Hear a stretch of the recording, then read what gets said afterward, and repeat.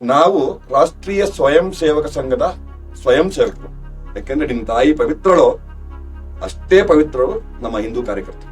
ನಿಮ್ಮ ವೈಯಕ್ತಿಕ ಆಸೆಗಳಿಗೆ, ನಿಮ್ಮ ಬದುಕಿಗಳಿಗೋಸ್ಕರ ಅವತ್ತು ನಮ್ಮ ಗಣೇಶ ದೇವಾಲಯವನ್ನು ಬಲಿ ಕೊಟ್ರಿ. ನಮಗೆ ಅಧಿಕಾರದ ಆಸೆಯೂ ಇಲ್ಲ, ಬಲವೂ ಇಲ್ಲ. ನಮ್ಗೆ ಇರುವಂತದ್ದು ಧರ್ಮ, ದೇವಾಲಯ ಉಳಿಬೇಕಾಗಿರುವಂತದ್ದು. ನಮಸ್ತೆ, ಜೈ ಶ್ರೀರಾಮ್ ಬಂಧುಗಳೇ. ಕಳೆದ 2 ದಿನಗಳ ಹಿಂದೆ ತುಮಕೂರಿನಲ್ಲಿ ಹಿಂದೂಪರ ಸಂಘಟನೆಗಳ ಒಕ್ಕೂಟದಿಂದ ಒಂದು ಪತ್ರಿಕಾಗೋಷ್ಠಿಯನ್ನು ನಡೆಸಿದ್ವಿ. ಪತ್ರಿಕಾಗೋಷ್ಠಿ ನಡೆಸಿದ್ದಂಥದ್ದಕ್ಕೆ ಮೂಲ ಕಾರಣ ಏನು ಅಂತಂದ್ರೆ, ಹಿಂದೂ ದೇವಾಲಯಗಳನ್ನ ತಮ್ಮ ವೈಯಕ್ತಿಕ ಆಸೆಗಳಿಗೋಸ್ಕರ ಬಲಿ ಕೊಡುವಂತಹ ಕೆಲವು ದುಷ್ಟ ಶಕ್ತಿಗಳ ವಿರುದ್ಧ ಎಲ್ಲ ಸಮಸ್ತ ಹಿಂದೂಪರ ಸಂಘಟನೆಗಳ ಒಕ್ಕೂಟದಿಂದ ನಾವು ಈ ಪತ್ರಿಕಾಗೋಷ್ಠಿ ನಡೆಸಿದ್ವಿ.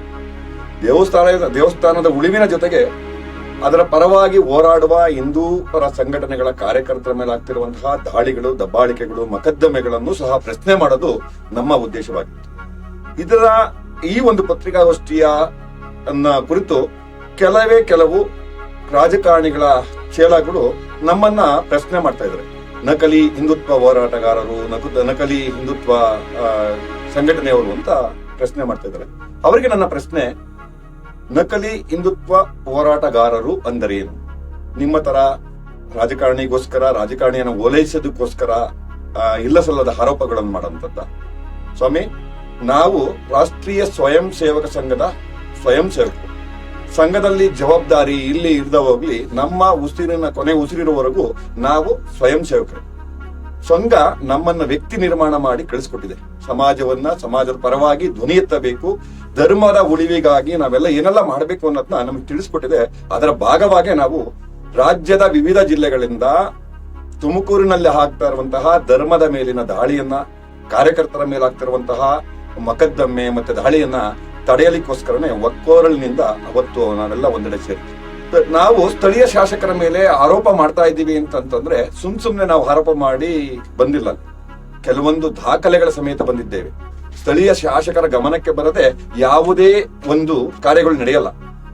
ತಾಜಾ ಉದಾಹರಣೆಯಾಗಿ ನಾವು ಹೇಳ್ತೀವಿ, ಸ್ವಾಮಿ ನಿಮ್ಮ ಶಾಸಕರಿಂದ ಏನೂ ಆಗಲ್ಲ, ಶಾಸಕರು ನಮ್ಮಿಂದ ಆಗ್ತಾ ಇಲ್ಲ ಅಂತಂದ್ರೆ, ಅಲ್ಲಿ ಸಿದ್ಧಿವಿನಾಯಕ ಜಾಗವನ್ನ ಬೇರೆ ಸಮುದಾಯದ ಇಸ್ಲಾಮಿಕ್ ಎಜುಕೇಶನ್ ಟ್ರಸ್ಟ್ ಕೊಡಬೇಕಾದ್ರೆ ಕೆಲವೊಂದು ಗಮನಕ್ಕೆ ಬರದಂತಂದೇ ಏನಿಲ್ಲ. ಯಾಕಂದ್ರೆ ಸ್ಥಳೀಯ ಶಾಸಕನ ಗಮನಕ್ಕೆ ಬರದೇ 60 ಕೋಟಿಯ ಒಂದು ಪ್ರಾಜೆಕ್ಟ್ ಅನ್ನ ಯಾವುದೇ ಸರ್ಕಾರ ಇರ್ಲಿ ಕೊಡಕ್ ಸಾಧ್ಯ ಇಲ್ಲ.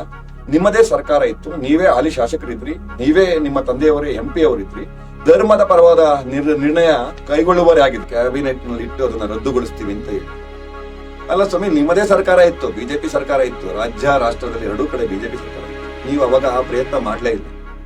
ನಮ್ಮ ಒಬ್ಬ ಕಾರ್ಯಕರ್ತನ ಅಚಲವಾದ ಹೋರಾಟ ಕಾಂಗ್ರೆಸ್ ಗೌರ್ಮೆಂಟ್ ಆ ಒಂದು ಆಗೇನು ಮಂಜೂರಾತಿ 3.5 ಎಕರೆ, ಅದು ಬೆಂಗಳೂರಿನಲ್ಲಿ 3.5 ಎಕರೆ ಕೊಟ್ಟಂತ ಜಾಗವನ್ನ ಕಾಂಗ್ರೆಸ್ ಸರ್ಕಾರದ ಕ್ಯಾಬಿನೆಟ್ ಅಲ್ಲಿ ಇಟ್ಟು ರದ್ದು ಮಾಡಿಸುವಷ್ಟು ಶಕ್ತಿ ಇದೆ ಅಂದ್ಮೇಲೆ, ನೀನೊಬ್ಬ ಶಾಸಕ, ಬಿಜೆಪಿ ಸರ್ಕಾರ ಇತ್ತು, ನೀವ್ಯಾಕೆ ರದ್ದು ಮಾಡಕ್ಕಾಗ್ಲಿಲ್ಲ?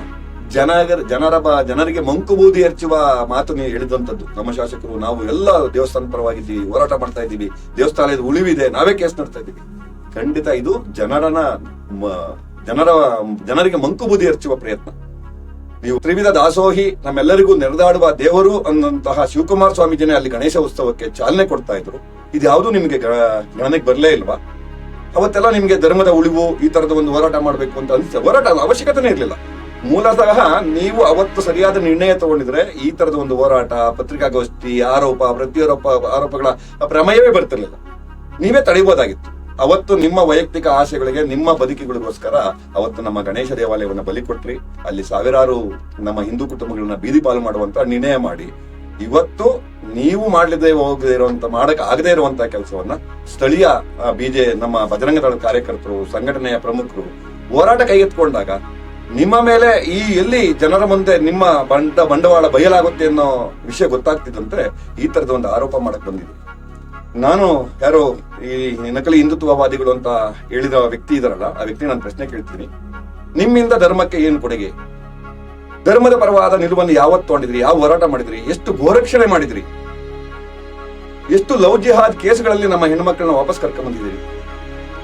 ನಡು ರಸ್ತೆಯಲ್ಲಿ ನಮ್ಮ ಬಜರಂಗ ದಳದ ಕಾರ್ಯಕರ್ತರ ಮೇಲೆ, ನಮ್ಮ ಹಿಂದೂ ಕಾರ್ಯಕರ್ತರ ಮೇಲೆ ಪೊಲೀಸ್ನವರು ಲಾಠಿ ಬೀಸಿದಾಗ ನೀವೆಲ್ಲೋಗಿದ್ರಿ?